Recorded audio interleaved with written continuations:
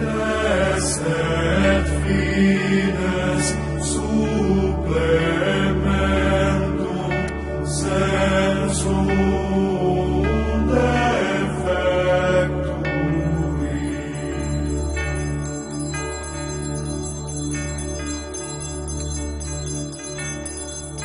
Então, na primeira parte, vocês lembram, a gente falou sobre fez uma pequena introdução, né? Mostrou quando começa a quaresma, porque dos 40 dias, né? Que quaresma, 40, né? Algumas passagens que a gente mostrou, que lembra esses 40, né? O sacramento da penitência, a gente começou a falar do sacramento da penitência, a doutrina da Igreja Católica sobre esse sacramento, certo? Falamos que para esse sacramento da penitência a gente precisa da contrição, da confissão, né? da satisfação, ou seja, a penitência, e da absolvição, tá bom? Então agora nós vamos, nessa segunda parte, falar um pouco da história, alguma coisa, não vou me aprofundar muito porque não é o caso aqui. Mas no século III, certo? 200 e pouco, esse rigorismo com relação ao pecador, ele assim, deu lugar a alguns excessos, né? Alguns excessos. E por conta disso também veio heresias, né? Entre essas heresias, a gente pode até citar o caso de Montano, né? E aquela heresia chamada montanismo, né? Montano pregava que o final do mundo, né? Estava próximo. E ele dizia assim: a igreja pode perdoar os pecados, mas eu não farei para que outros não pequem mais. Ou seja, ele achava assim, olha, se você começar a perdoar o pecado, aqueles que não pecam vão começar a pecar. Imagine, Tertuliano, um grande homem daquela época, né, aderiu a isso, a esse montanismo, né? E com grande dificuldade mesmo, a igreja superou essa heresia. Mas foi muita dificuldade. Porque é aquela coisa do catarismo, aquele negócio do rigorismo excessivo. Ora, não foi isso que Jesus pregou. Jesus deu chance. Ele foi chance para que nós tivéssemos o perdão e pudéssemos recomeçar a nossa vida, né? Não é por conta de um pecado que eu estou condenado para o resto da vida. Tá certo? Foi assim feito um estatuto assim do penitente, a forma pública e solene, né, que devia desenvolver essa disciplina sacramental da penitência. Então vamos lembrar, por exemplo, que o processo penitencial equivalia naquela época, vamos também lembrar que ali estava iniciando a igreja, muita coisa precisava ser ordenada. A gente muitas vezes culpa a igreja por muita coisa, mas naquele momento era necessário aquilo, certo? Mas aquele momento dava assim ao pecador quase assim com um estado de excomunhão, como se a pessoa pecou, pronto, já estava excomungado, sem chance, né? Então, até que o penitente não estivesse reconciliado com a igreja, ele não podia, por exemplo, se aproximar da Eucaristia. Também não pode até hoje, um pecado mortal, né? Os pecados veniais, a gente tem aquele momento do ato penitencial, mas no pecado mortal não, certo? Então, o final desse processo penitencial, ele se dava assim, com a reconciliação com a igreja, pois esse era assim o sinal da reconciliação com Deus. Então, a partir do século V, se realizava essa reconciliação na Quinta-feira Santa. assim, já no término da quaresma, que por si só já é um exercício, já é um exercício penitencial. Então o bispo daquela região, na época, né, não era chamado de paróquia, ele acolhia, né, aqueles pecadores, impunha as mãos, né, e em sinal de bênção. E a prece dos fiéis era a repercussão comunitária, assim, dessa reconciliação. Tá certo? Na Irlanda, que é um país muito católico, iniciava assim um processo, assim, um procedimento assim, de reconciliação com a penitência privada. Então, um sacerdote, utilizando assim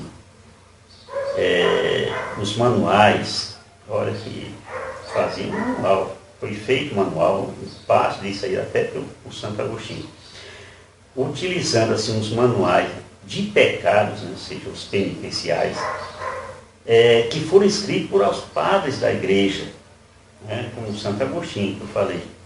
Então esses manuais eram uma espécie de orientação para os sacerdotes. Eles estabeleciam assim a penitência, já vinha lá determinando, olha, o pecado é esse, a penitência é esse, o pecado é esse, a penitência é essa, e assim, conforme a gravidade do pecado, a penitência era maior, aquele negócio todo, tá certo?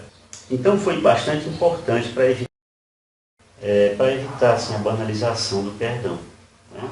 Assim, isso aí trazia assim, um certo relaxamento do compromisso aqui daquele pecador que tinha sido absolvido, mas, né? Então, para evitar essa banalização, tinha esses manuais que estabeleciam essas penitências. E também ajudaram assim, a desmascarar as heresias daqueles inicial, né, dos séculos III e do século, até o século VII. Né? Então, esses manuais penitenciais, por exemplo, eles delimitavam o que seria um pecado grave, que era fruto assim da malícia, né? E o que seria assim um pecado leve, cometido assim pela debilidade da carne ou assim uma mera imprudência, né? Então dessa forma assim renunciava-se ao princípio de outorgar a reconciliação uma única vez na vida, tá certo? Uma única vez na vida, porque tinha isso. A pessoa recebeu um perdão, não podia mais cometer aquele pecado. Mas Jesus mesmo disse, até 70 vezes 7. Eu estou falando isso não é para banalizar o que Jesus disse, não, é apenas para dizer que a gente é fraco. A gente é fraco, Jesus reconhece essa fraqueza, então não pode ser dessa forma, né? Então, no início do século XIII, né, entre 1207 e 1215, um fulano, um autor famoso, chamado Roberto de Flamesbury, ele falava assim dos tipos de penitência que tinha, né? Por exemplo, tinha a penitência pública solene, né, que era feito na quarta-feira de cinza até a quinta-feira santa. Isso aí era imposto assim, aos fiéis no princípio da quaresma. Então era comum em Roma que os penitentes começassem a penitência pública, certo? Já no primeiro dia da quaresma. E era uma coisa assim, realmente humilhante, como deve ser um pecador que vai atrás de resolver o seu pecado. Então eles eram salpicados assim de cinza, né? E vestiam assim uma roupa que eles chamavam de saial. Era uma roupa já feita de saco assim. A gente chama de surrão aqui, né? Então era feito disso. E o sujeito ficava numa situação lastimável e ele era obrigado assim a manter-se longe das pessoas até a quinta-feira santa, né? A quinta antes da Páscoa. Então essas práticas esse pessoal, assim, ainda vestiam esse negócio, esse saial, e todo coberto de cinza, e saía nas ruas, dizendo: eu sou pecador, sou pecador, sou pecador, e às vezes até confessar que pecado era. Então essas práticas caíram em desuso já no século VIII até o século X. E o início, assim, da temporada penitencial da Quaresma, ela foi simbolizada assim, colocando cinza nas cabeças, né, de toda a congregação.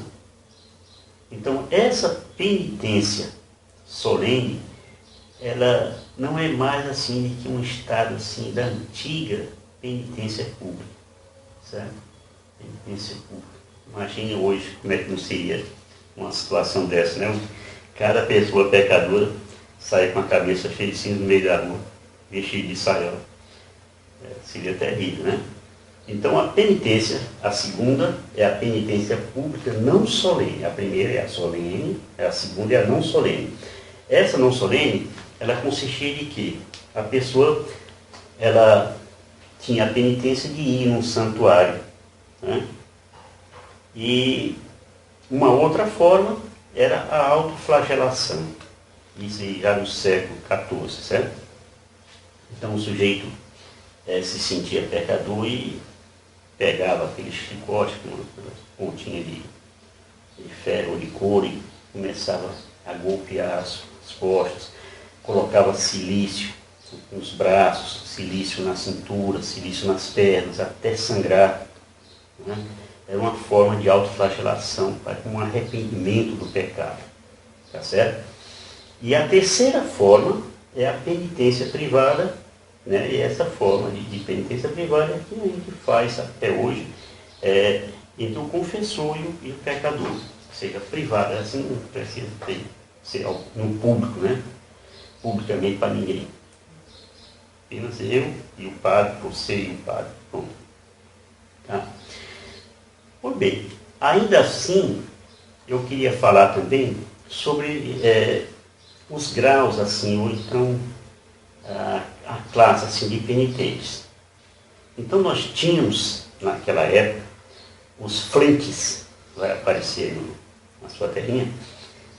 Os flentes eram aqueles que ficavam chorando, né? Ficavam na porta da igreja, vestidos de silício, de cinza. Silício já expliquei o que é, torniquetezinho. E pedindo assim com lágrimas que os irmãos orassem por ele, né? Eles eram chamados flentes. Até hoje a gente tem muito na igreja, né? Aquela pessoa e sentindo-se pecador, vai, né? E chora e pede que a gente reze por ele, né? Por ele ou pela alma de alguém que foi, né? Depois desse flentes tem os audientes, né? Audientes são os ouvintes, né? Ouvintes. Eles ingressavam assim na igreja apenas para ouvir a palavra de Deus, mas assim que começava a celebração eucarística, eles eram convidados a se retirar. Eles ficavam ali somente até ouvir a palavra de Deus. Depois tinha os substratos, né? Substratos, quer dizer, prostrados. Então eles assistiam a toda a celebração eucarística de joelho ou prostrado. Toda. Era uma forma de penitência. E, por último, os consistentes, né? Que eles assistiam à celebração da missa em pé, mas eles não participavam nem da oferta e nem da comunhão sacramental. Eles eram excluídos, tá bom? Então a duração desse período expiatório variava assim segundo a gravidade das culpas. Tinha um livrinho lá, um documento assim, que é chamado Didascalia Apostolum. Didascalia Apostolum, do século IV. Né? Isso apareceu na Síria. Então ele fala assim que essa penitência podia ser de 2 a 7 semanas. Embora também pudesse ser mais longa, né? Então o nosso amigo aqui, o Orígenes de Alexandria, ele dizia que devia se estender mais do que o catecumenato, ou seja, aproximadamente 3 anos. Você imaginou uma penitência, por exemplo, você mesmo confessando o pecado, passar 3 anos sem poder receber a Eucaristia, por conta de um pecado, às vezes um pecado venial, né? Então, a partir do século V, foram introduzidos assim, os interditos que atingiam assim, os penitentes também após a reconciliação. E a duração do tempo expiatório, assim, ou seja, o tempo da penitência, foi diminuído. E a partir dali, já eram os bispos, não aqueles manuais, eram os bispos quem estipulava a penitência. Mas o bispo estipulava não ao seu próprio arbítrio, mas segundo os cânones, né, dos diversos concílios regionais que aconteceram. Certo? Em Roma, por exemplo, tornou-se assim comum fazer da quaresma o tempo penitencial, penitencial assim, ordinário. Ou seja, na quarta-feira de cinza, os penitentes recebiam as cinzas e o cilício, e na quinta-feira santa eles eram reconciliados. Tá certo? Ela pode assumir assim variadas formas, né? Uma reparação proporcional do mal feito e até mesmo a autoflagelação. Também nós temos o jejum e temos a esmola, né? Também é uma forma de penitência. Oração, né?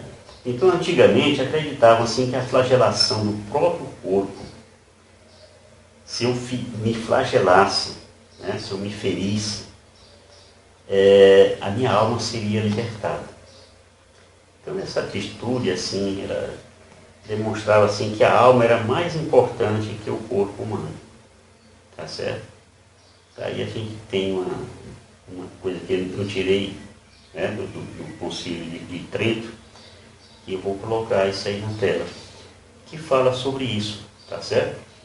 Então a confissão, a confissão pelo penitente, a íntegra mesmo, a confissão íntegra pelo penitente e a absolvição por parte do sacerdote, né, que preside aquele sacramento, ele se faz de mediador do julgamento benévolo e regenerador de Deus sobre o pecador. E ele vem sendo assim as 2 colunas da disciplina do Concílio de Trento até agora, certo? Isso aí a gente tem no Código do Direito Canônico, no Cânon 960, tá bom? Ok? Então, terminamos aqui a segunda parte. Na terceira parte a gente vai começar a falar sobre os penitenciários. Como o rio se entrega ao mar, povo de Deus. Família amada, se derramando de amor. Mais uma vez juntos, só por ti, Jesus, juntos. Só por ti, Jesus.